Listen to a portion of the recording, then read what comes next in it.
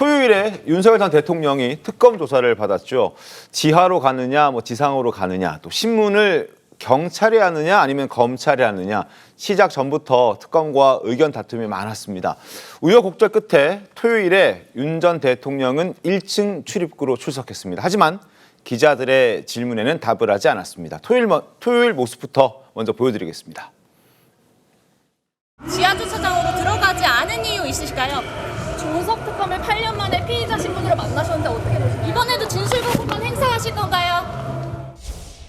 네, 오후 조사 불연 거부하신 이유가 뭡니까? 검사실은 피의자가 조사자 선택할 수 있게 해주셨습니다. 김건희 여사도 곧 소환 조사 수순인데 어떻게 생각하십니까? 오늘은 또 2차 소환 날짜를 두고 양측이 또 각자 입장을 내세우고 있습니다. 특검은 당초 오늘 나으라고 했다가 윤 전 대통령이 이번 주 목요일 이야기를 하니까 특검은 그럼 내일로 바꿔줄게. 대신 내일도 안 나오면 체포영장 청구할 거야. 이런 상황으로 지금 급박하게 돌아가고 있습니다. 이 상황을 어떻게 봐야 할까요? 오늘 아침 조선일보는 고도의 전략이라고 분석을 했던데요. 정동맨, 김기철 성우를 불러보겠습니다. 자, 정동맨 신문 읽어주시죠. 네, 주말 내내 편안하셨습니까? 정동맨 김기철입니다. 새 정부의 특검 열차가 본격 궤도에 들어섰습니다. 전 정부의 적폐 수사 지휘를 맡았던 윤 전 대통령이 이번에는 그 반대편에 서게 됐습니다. 조선일보 기사입니다. 최장 150일, 윤 부부 향한 적폐 청산 시즌2 시작됐다.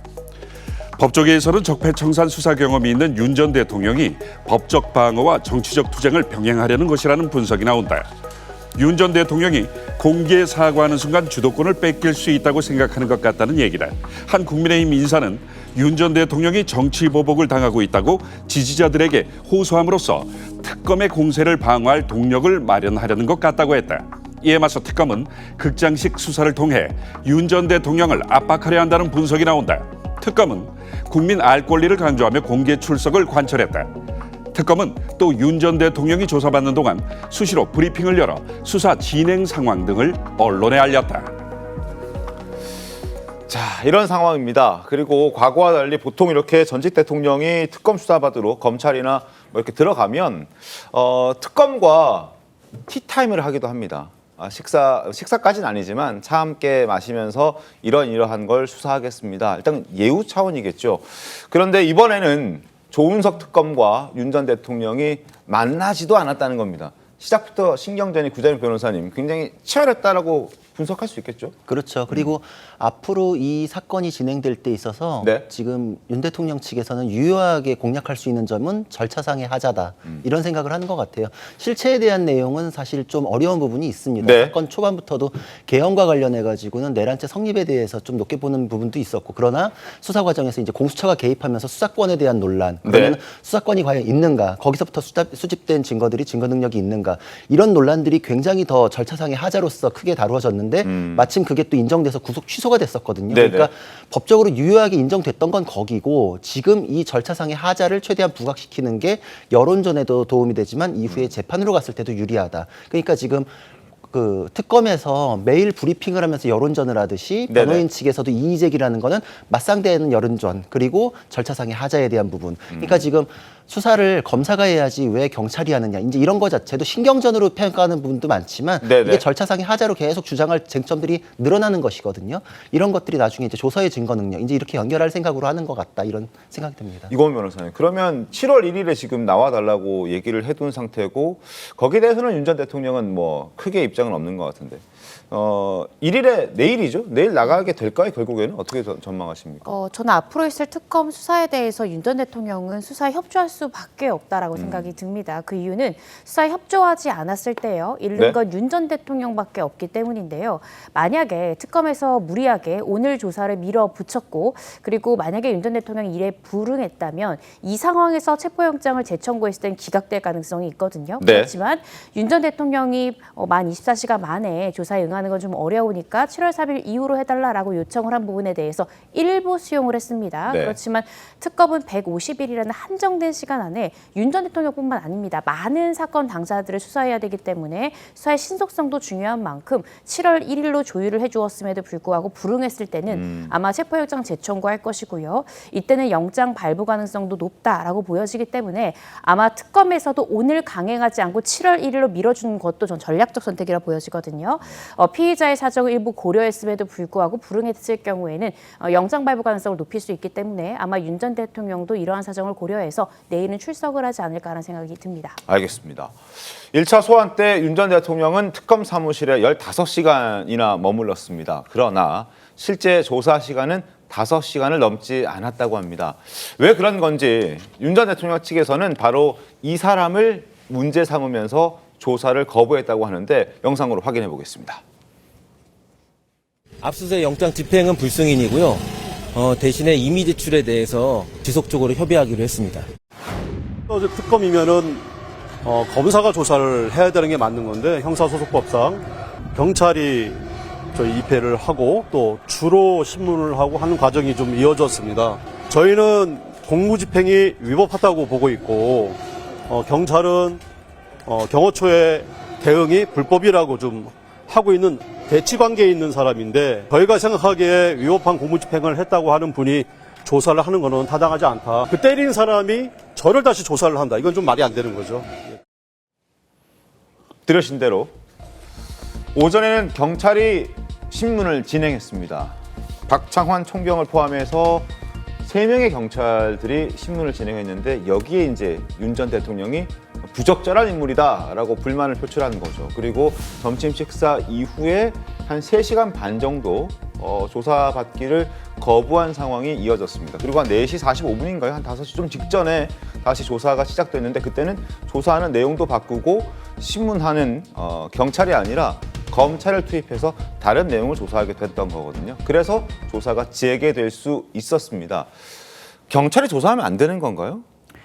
글쎄요. 일단 윤 전 대통령 측에서는 네. 그런 주장을 하면서 사실상 조사를 거부하고 뭐 조사실로 돌아오지 않고 대기실에 있었다라고 하거든요. 네. 그래서 실제로 15시간 정도 윤 전 대통령이 검찰청에 특검이 오라고 했던 사무실에 머물렀지만 실제 조사는 한 5시간밖에 이루어지지 않았다라고 합니다. 네네. 아무래도 뭐 특검의 수사의 어떤 공정성이나 정치적 중립성 이런 부분도 흔들려고 하는 것 같고요. 그리고 적법 절차의 원칙 이 부분을 지키지 않았다라는 부분을 강조하면서 특검 수사에 대해 좀 이 권한 자체를 흔들어 보고자 함이 아닌가라는 생각은 듭니다.